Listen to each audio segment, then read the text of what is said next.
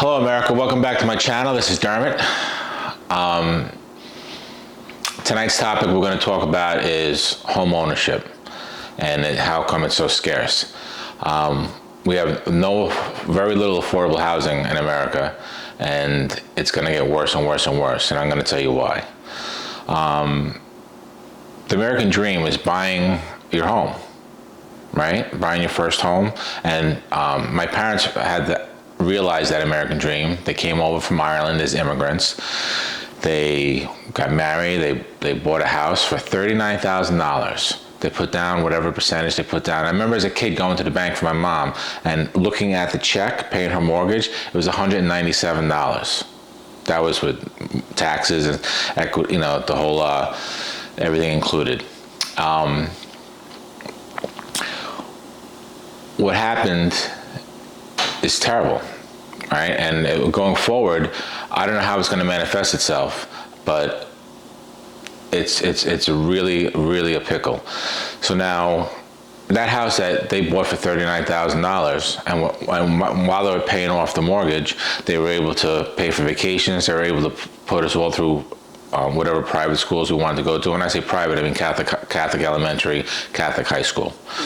All right, we all kind of paid for our own college.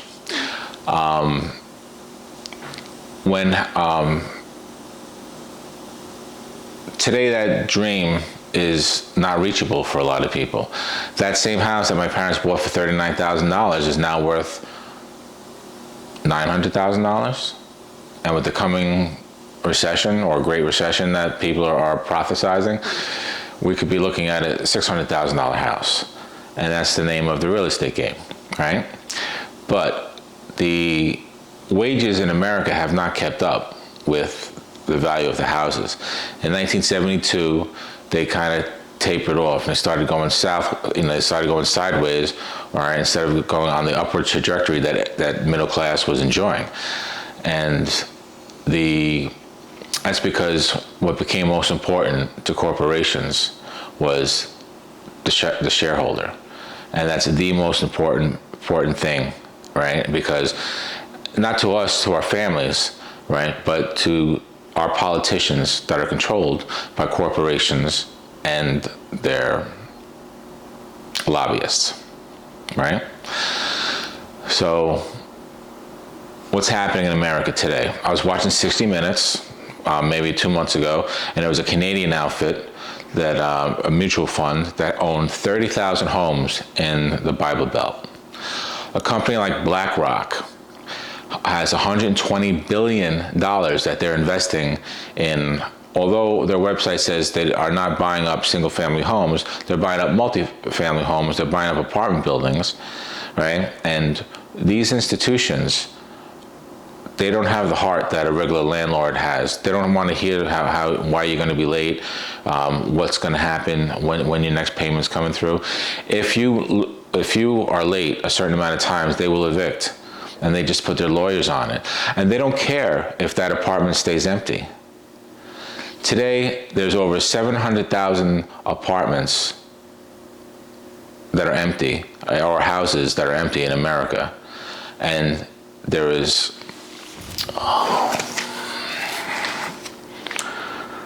17 million vacant houses, and there's 600,000 homeless. That's 28 empty buildings per homeless person. Now, how can that be, right? It is. So when corporations are buying up properties, right, and they're buying them up in trailer parks, right? They're buying them up in black neighborhoods, right, where gentrification takes place, and they make the biggest returns on their money. After they raise rents, people have to move out, and then people that can afford will come in because they need to live someplace, right? And then those units will be released out. But by them controlling all those units, they control the market collectively, right?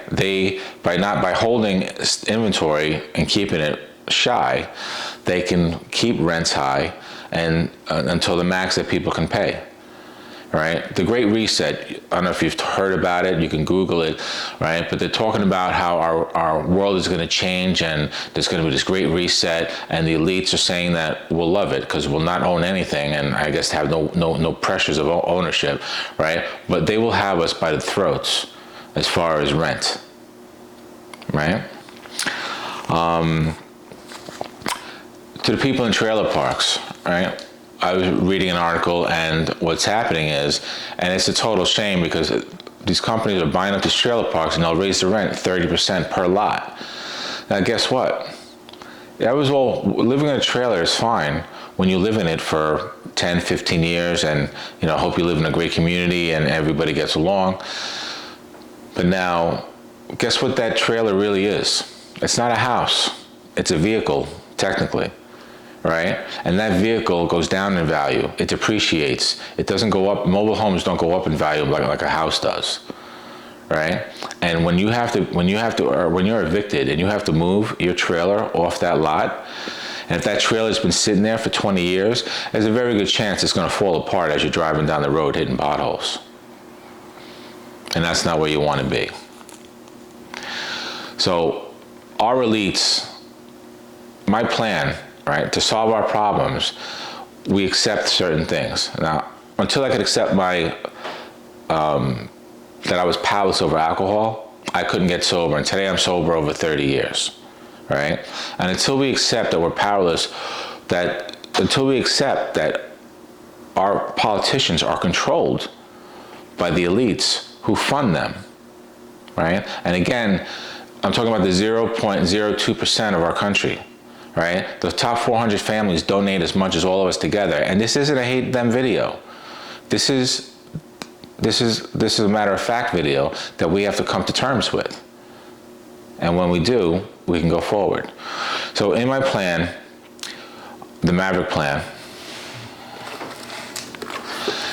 I wrote a book, The Maverick Plan, because Black Lives Matter, right? And I hope that doesn't turn people off, because this book is jam-packed with idea after idea. Not that I'm a great writer, but it's just idea after idea. The ideas you're hearing tonight, and a lot more like them, are in 287 pages or 78 pages.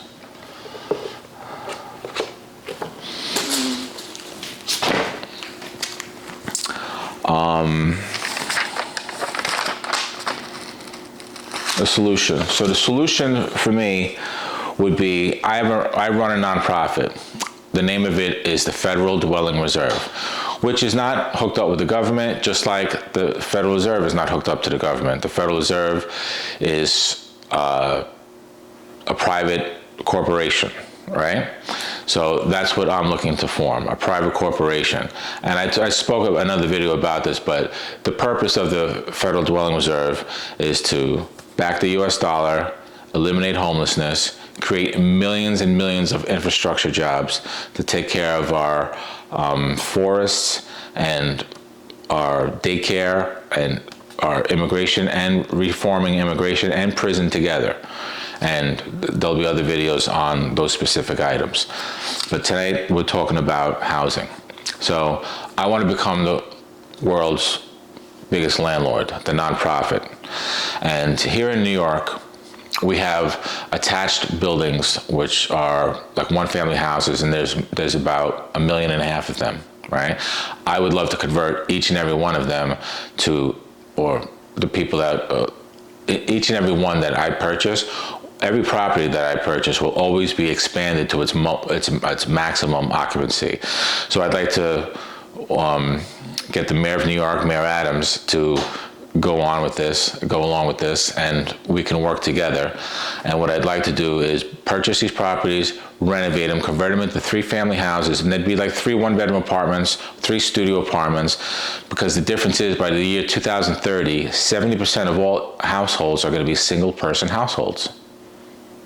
We're just not getting married and having the families that we used to have. So if you're a single mom or if you're a single person, these will be, which will make up the majority of our population, these houses will be for you. Rent will be 30% of your income. That's it. It's affordable housing. So, but it'll be at market rate. So what happens is, if we have 1 million one-bedroom apartments available, right? Well, let's say out of these 1.5 million houses, we have 500,000 houses that we could do this with. And when I say do this with, I mean they'll be foreclosed on. Any bank that is in trouble, any bank that is backed by the Federal Reserve, any bank that is too big to fail, any bank that has the elites behind it, those are the banks that we're going to protect. So let's say the house I'm in right now, I was going into foreclosure, right? Or the house, God forbid, you were living in is going to foreclosure, right? I want a blank check. This is legislation. The Maverick Plan is legislation. So you can call your local senator, you can call your congressman, all right, and to bring this forward. But really, while I'm here right now, if you can like and subscribe, that would be great. And that's a lot, because I'm looking to, there's an algorithm to YouTube, and YouTube's amazing, but there's an algorithm to YouTube, and if you don't watch the videos through to the end, if you don't click on that you like it, then they get bogged down. So what'll happen is these houses will be foreclosed, then renovated, then I'm going to fill them with my tenants. So now let's just say, and I'm going to lowball here. Now, once I have a house and the nonprofit owns it, guess what? My expenses go out the window. I'm not paying taxes anymore because it's a nonprofit.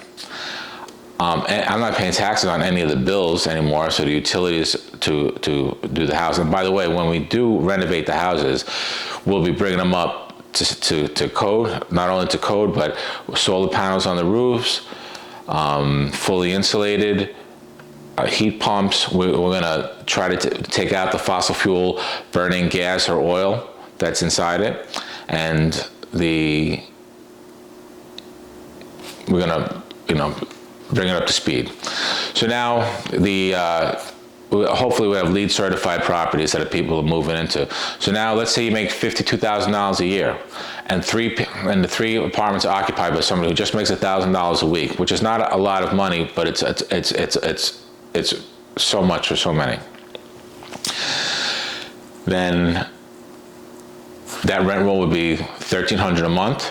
For the whole house, we're looking at $3,900 a month. And since I'm not paying a mortgage on it, because this was all paid, this is the Federal Reserve just printing money. Now, I know the Federal Reserve printing money is getting us into trouble, but listen to how the money is being spent. Listen to the lives that are being changed, right? And it'll help the community immensely. It'll help the economy immensely, and it'll be paid back in droves, right? So now, when I'm given that house, when the Federal Dwelling Reserve is given that house, the full intention is not only to provide affordable housing, but it's to back the US dollar.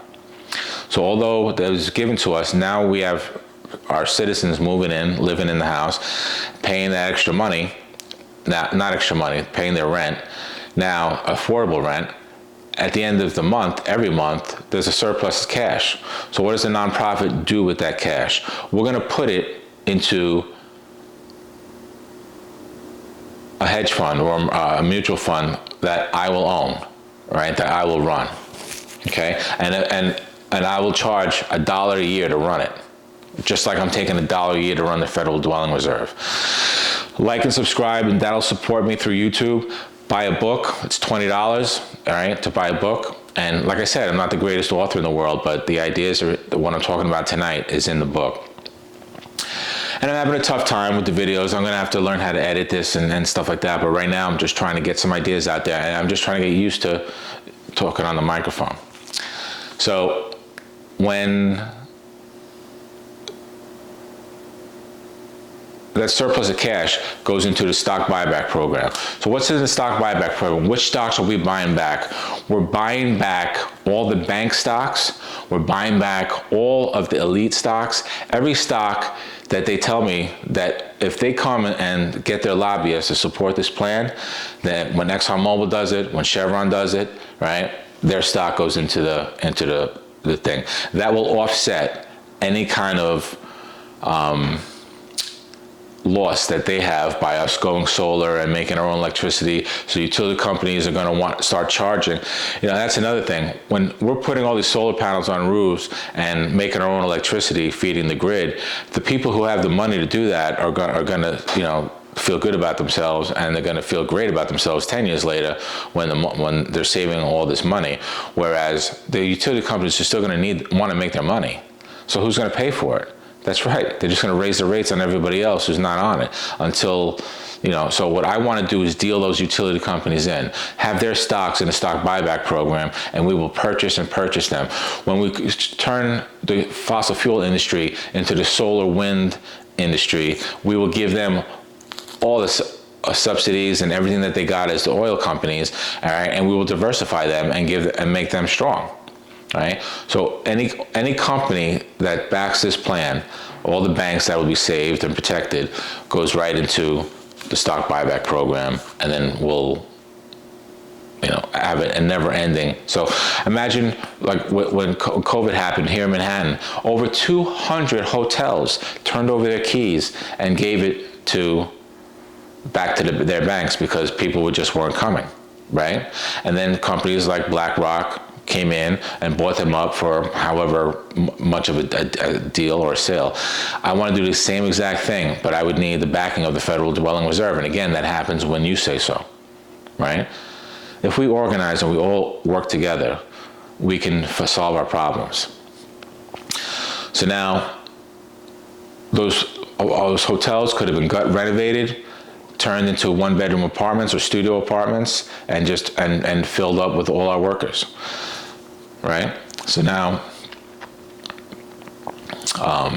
we do that all across the country. We pass laws in Congress that maybe prevent corporations from buying up all the single-family houses, because that is what's going to save America. Otherwise, the American dream, you're not going to save enough money, right? AI, by 2030, AI is going to knock out how many jobs? You see it everywhere. You see, we're going to pay for, we're going to check out at the supermarket. You see those cash register jobs that just aren't there anymore, right? We're self-serving now at Taco Bell and all these other things. We're going in and using the kiosk. We're eliminating people in the system. All right. What's really going to eliminate people in the system is when AI is driving all the vehicles. 60% of all jobs in America, 60% are driving vehicles. All right. So what's going to happen to all the workers? What's going to happen? You're going to have to re-educate yourself. There's going to be higher paying jobs, but how many people are going to be able to really reinvent themselves and to pull that off, or would want to? But you have to. All right. So if you think the homeless situation is bad now, think about when as that gets worse and worse and worse. I'm talking about cab drivers, truck drivers, airplane, trains. All will be done by AI. It's going to be an amazing future, but it's going to devastate workers. It's going to be cheaper to make textiles in California, right, using AI, than it would be to make textiles in Bangladesh. The human labor factor is just not going to be a factor anymore. And that's what big business has been doing forever. Since the early 70s, they've been choking the worker. They've been keeping our pay down, making us work. There's no one works harder than the American. No one produces more than the American. In Europe, they have 6 weeks vacation. You're lucky here if you get paid 2. The railroad workers couldn't get 4 days of sick time. We got to organize, right? Now I am not dividing Republican or Democrat. This plan is an amnesty plan. I'm not pointing fingers. That's why, I regret the title a little bit, not the Maverick Plan, because this is the Maverick Plan, but Black Lives Matter. The black society are so far behind everybody else, and that's because of redlining. They weren't allowed to get mortgages. They weren't allowed to have the American dream. They were said no. And the banks would put red lines around maps where whole neighborhoods where they're not going to give people mortgages. And they live in squalor, right? They never able to build up that generational wealth to be able to pass it down. And money's power. Period, end of story. If you have money and you had a fire in your house, you can go get a hotel room, you can go get another rental apartment, and in a month's time, although you're going through some difficulty, you're not on the street. But the average American doesn't have $400 extra. They didn't have it before the COVID. So my plan is to be America's biggest landlord, and to solve our affordable housing once and for all, and to have the corporations on our side to do so. Thank you.